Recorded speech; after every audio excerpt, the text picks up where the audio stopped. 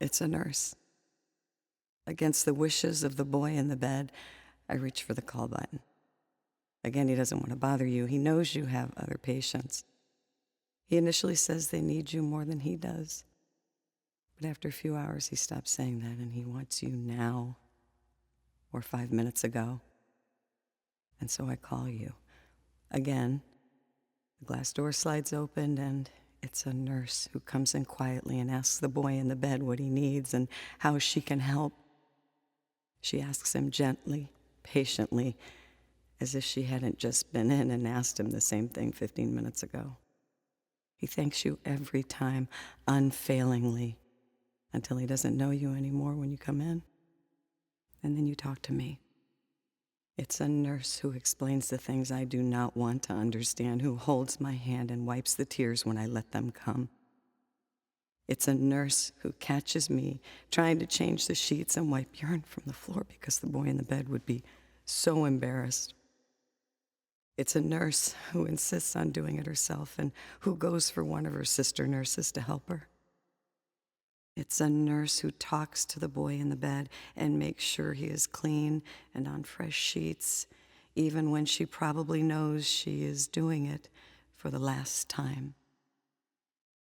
3 short months ago, it was a parade of nurses who befriended both of us when I stayed with him for 29 days. It's a nurse who flirts with him and motivates him to ask me to cut his hair and get him some new pajamas. It's all of you making sure you stopped by to wish him well, tell him jokingly that you like him but do not want to see him again, trade Facebook addresses with him. It has been a nurse those interminable months who failingly made me feel like I could leave the boy in the bed for 5 minutes to walk around the floor or eventually go home and do laundry or walk the dog. It's a nurse that long July who shows me how to get the warmest blankets from the warmer, where the microwave is, and takes me to her own lunchroom to store milkshakes for the middle of the night for the boy in the bed who has lost 30 pounds and who needs to fatten up no matter what it is. It is every single time a nurse who does everything possible to make us both comfortable. And that short 3 months later, it's a nurse who comes when I hit that call button and when I start hitting it more frequently until I just keep my finger on it. And I know she must want to scream that it's me again, but it's a nurse who doesn't scream. It's a nurse who comes in and continues to greet him when he doesn't greet her back. As more and more of you start coming to his room, it is one of you who takes me by the shoulders when I ask, "What's happening?" and wail, "Is he dying?" and looks me in the eye and says, "No, but he is in trouble." And it's a nurse who tells me I am his mom and I can stay, but says that she is a mom too and would not want to be in this room with what's coming next. And it's a nurse I trust, so I let her lead me out of the room, away from the boy in the bed after she assures me he doesn't know I'm not beside him. We walk down a hall together, past the blanket warmer, and I see others of you watching us. And later I realize you have seen that walk a million times. But the tears on your faces make me think it's about someone else, not me, not us. We got to the corner where we have to turn away from the hallway where the boy in the bed is. And it is at that turn where I can see the quiet, dimly lit room where no one goes to wait for good news, that my knees buckle and the screaming starts, and you catch me to keep me from falling as I look at you beseechingly and ask, "I'm not going to take him home with me, am I?"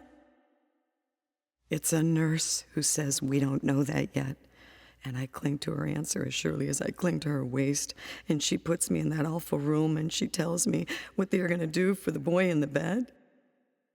It's a nurse who keeps her word and comes back to me once to tell me we don't have a pulse right now, but that everyone was doing everything possible. It's a nurse who comes back again a few minutes later, takes my face in her hands and asks me quietly if I can understand her. She says she has something to tell me and that it's important that I can understand her. And when I say I can, it's a nurse who tells me that all the bells and buzzers I just heard were for the boy in the bed and that he wasn't fighting anymore. And it's a nurse who then cries with me as I cry, tears from one mother to another, and who just shakes her head sadly and doesn't say the wrong thing because it's a nurse who knows there are no words. It's a nurse, followed by another, and then one more who take me back to the boy in the bed, stopping for one of his favorite warm blankets from the warmer on the way. They slip quietly out of his room for the last time after telling me I can stay as long as I want. It's a nurse, all three of them. I can hear softly weeping as I hold the boy in the bed. It's a nurse who says his name, calls him Corey. It's a nurse who doesn't think I'm a fool for asking if I can leave his boxers on under his gown for the trip downstairs. It's a nurse who insists I give her someone's number to call, who offers to drive me home. She doesn't know me, I think. Anything after this is possible. Of course I will drive myself home. I can do anything. Except what you do. It is a gift from God what you do. Not everyone has the gift. Not everyone should have the power. But those of you who love the gift and wield the power compassionately are truly angels put here to perform miracles. It's a nurse who does that. There are no words.